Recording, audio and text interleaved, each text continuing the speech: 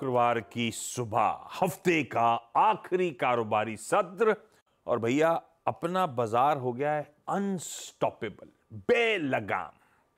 ये bull market का phase और पेस शायद सबको on the way up surprise कर रहा है। आप कहते हैं ना ग्रेविटी डिफाइंग मूव्स, वो आपकी स्क्रीन पर।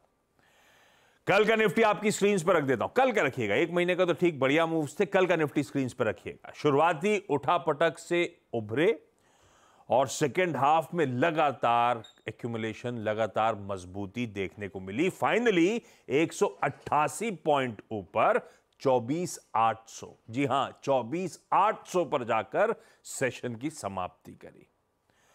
और अब हम, क्योंकि अब एक बड़ा माइलस्टोन हमारे सामने खड़ा है, माउंट 25K का, 25,000 का वो जादुई आंकड़ा, कैलकुलेट करिए, केवल 0.8% दूर हैं हम अब उस 25,000 के स्तरों से। और क्या पेस रहा है, पिछले कुछ समय के माइलस्टोन जो थे वो आपकी स्क्रीन पर रखता हूं।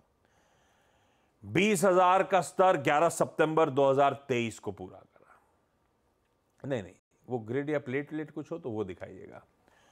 20,000 11 सितंबर पिछले साल, 21,000 8 दिसंबर को, 22,000 15 जनवरी को, 23,000 24 मई को, 24 मई को 23 लगाया था, और अब देखिए 27 जून को 24,000 का स्तर।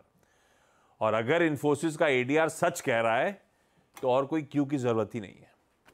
25,000 आज खुलते ही लगने की हो रही होगी तैयारी। फिर भी क्वेश्चन मार्क छोड़ दिया है, क्योंकि इफ्स एंड बट्स अपनी जगह रहते हैं, लेकिन इस तरह का गजब का पेस है।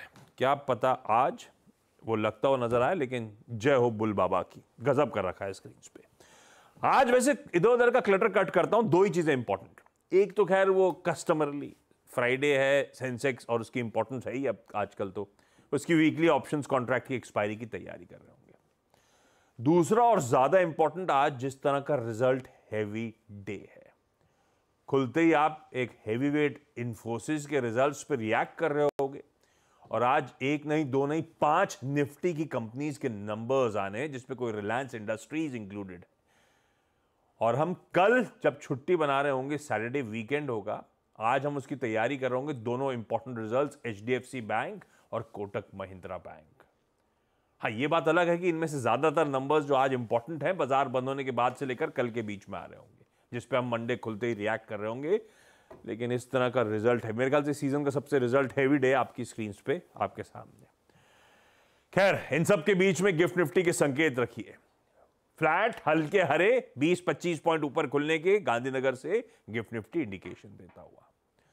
ऐसे में ग्लोबली मूड कैसा है, नीरज जी बगल में बैठे हैं, इनसे बातचीत होगी। वीरू बताएंगे कैसे निफ्टी बैंक में आज फ्राइडे के दिन हमें स्ट्रेटेजाइज करना है, और हर्षदा बताएंगी सारे इंपॉर्टेंट स्टॉक्स इन न्यूज। लाइए पहले जरा क्विकली ग्लोब की तस्वीर रख देता हूं आपकी स्क्रीन पे। जरा एशिया दिखाई डॉक्टर साहब, इस समय किस तरह का कामकाज हो रहा है। प्रोड्यूसर साहब ने हेडलाइन में आपको झलक देने की कोशिश जरूर करी थी, मिला जुला कामकाज है एशिया से। और जहां तक यूएस की बात है, कल तो दिक्कत वाला सेशन था।